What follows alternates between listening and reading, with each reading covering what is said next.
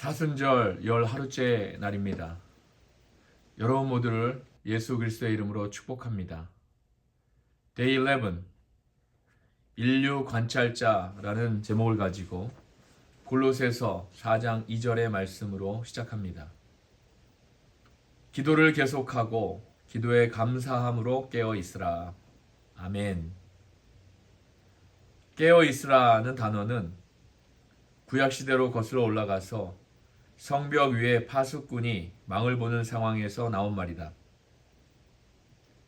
적군이 쳐들어오거나 무역상들이 찾아오면 제일 먼저 그들을 발견하는 사람이 파수꾼이었다. 파수꾼은 가장 전망이 좋은 곳에 서 있었다.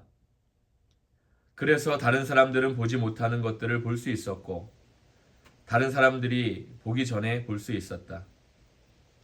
우리가 기도할 때에도 마찬가지다. 우리는 다른 사람들이 보지 못하는 것들을 보게 되고 그들이 보기 전에 보게 된다. 우리는 하나님의 파수꾼이 되는 것이다. 기도는 육안이 아니라 영안으로 보게 해주는 수단이다. 기도하는 사람은 하나님의 시력을 부여받는다. 그래서 육감이 강해지고 오감 너머의 영적 상황을 지각할 수 있는 능력도 생겨난다. 시대와 리더십을 펴낸 경제분석가 워렌 베니스와 로버트 토마스는 각 분야에서 성공한 지도자들의 공통 분모를 연구해서 흥미로운 결과를 찾아냈다. 그들은 그것을 인류 관찰자라고 불렀다. 인류 관찰자란 재능을 인식하고 기회를 발견해내고 함정을 피할 줄 아는 능력을 가리킨다. 성공한 지도자들은 대부분 상황을 분석하고 장악하는 데 천재적인 사람들이었다. 그런 능력은 맛을 느끼는 미각처럼 세부적인 요소로 설명하기가 불가능하다. 상대방의 몸짓을 전혀 다르게 해석하는 식으로 그 차이가 미묘하게 나타난다. 그럼에도 그것은 진정한 지도자의 특징 중 하나라고 할 수 있다. 기도는 우리를 인류 관찰자로 만들어 하나님이 보게 하시는 것을 볼 수 있게 한다. 기도하면 할수록 더 잘 보이고 기도를 안 하면 안 할수록 더 못 보게 된다. 아주 간단한 이치다. 그럼 이런 형상을 신경학적 관점에서 설명해 보겠다. 우리의 두뇌에는 망상체 활성화계라고 불리는 신경세포 다발이 있어서 주변 환경에서 일어나는 일들을 감지할 수 있다. 인간은 주변에서 끊임없이 외부 자극을 받고 있기 때문에 RAS는 어떤 것을 주목할지 혹은 어떤 것을 주목하지 않을지를 결정하는 역할을 한다. 자, 당신이 휴대전화에 새로운 벨소리를 다운받았다고 가정해보자. 분명 처음 듣는 벨소리라고 생각했는데 다운을 받고 보니 다른 사람들도 전부 같은 벨소리를 사용하고 있다는 걸 알게 되었다. 그 이유는 당신이 다운받는 순간에 다른 사람들도 일제히 같은 벨소리를 다운받아서가 아니다. 당신이 그 벨소리를 사용하는 순간 당신의 RAS에 새로운 영역이 생겨서 전에는 알아채지 못했던 벨소리를 이제는 예민하게 알아채는 것이다. 전에는 그 소리가 당신에게 전혀 중요하지 않았지만 다운을 받은 다음부터는 당신의 RAS, 망상체 활성화계가 그것을 중요하게 처리하게 된 것이다. 당신이 누군가 혹은 뭔가를 위해 기도할 때 그 기도는 당신의 RAS의 새로운 영역을 만들어낸다.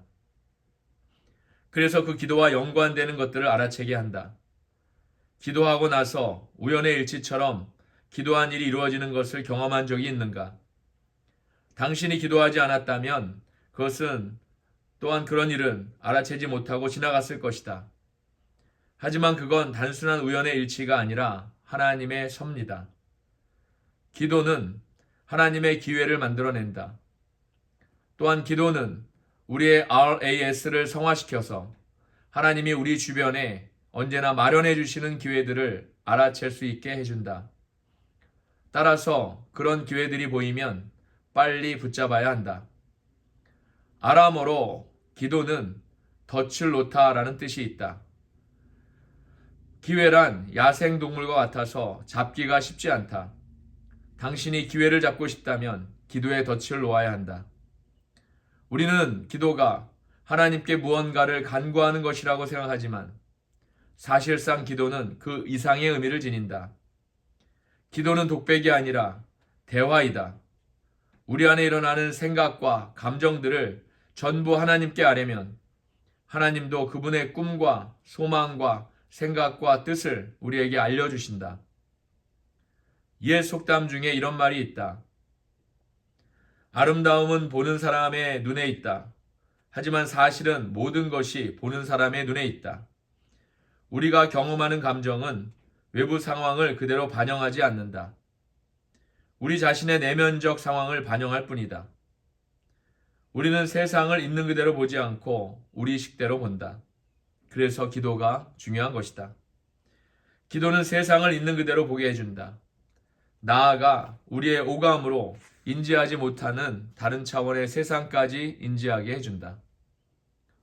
이 세상에는 오감으로 인식할 수 없고 오직 성령에 의해서만 인식할 수 있는 것들이 있다. 또 어떤 것들은 연역적 추리만으로 알아낼 수 없고 성령의 상상력으로 알아낼 수 있으며 논리로 알아낼 수 없는 것들은 성령의 계시가 있어야만 알게 된다. 성령은 우리의 인식 한계성을 보완해서 오감으로 인식할 수 없는 것들을 인식하게끔 도와주신다. 이것을 육감이라고 불러보자.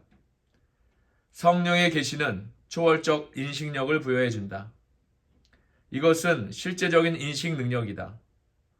그래서 보이지 않는 것도 보게 되고 들리지 않는 것도 듣게 된다. 그러나 오감과 마찬가지로 육감도 개발해야 한다. 육안의 시력이 개발되듯 영안도 같은 식으로 개발이 필요하다. 아기가 세상에 태어날 때 그들의 시력은 정상 성인의 40분의 1밖에 되지 않는다. 또한 신생아에게는 깊이를 인식하는 능력이 없고 볼 수 있는 시야는 30cm밖에 되지 않는다. 지름 30cm 안에 있는 흐릿하면서도 2차원적인 세상이 바로 그들이 바라보는 세상이다. 하지만 시간이 지날수록 세상은 넓어지고 깊어지고 뚜렷해져서 만 4개월이 되면 입체와 깊이를 인식할 수 있게 된다. 그러다 6개월이 지나면 시력이 5배나 좋아진다. 흑백의 세상이 만화경 속의 다채로운 세상이 되고 눈을 자유자재로 움직일 수 있게 된다. 그리하여 첫 돌을 맞이하는 아이는 거의 성인과 비슷한 시력이 된다고 한다. 그와 마찬가지로 우리의 영적인 눈도 발달 과정을 거친다. 이때 발달을 가속화하는 열쇠가 바로 기도다. 영안이 열리기 전에 세상은 지름 30cm 속의 흐릿한 2차원의 세상이지만 성령께서 깊이에 대한 인식력을 주시고 영안을 열어주시면 주변에서 벌어지는 일상의 기적들을 볼 수 있게 된다.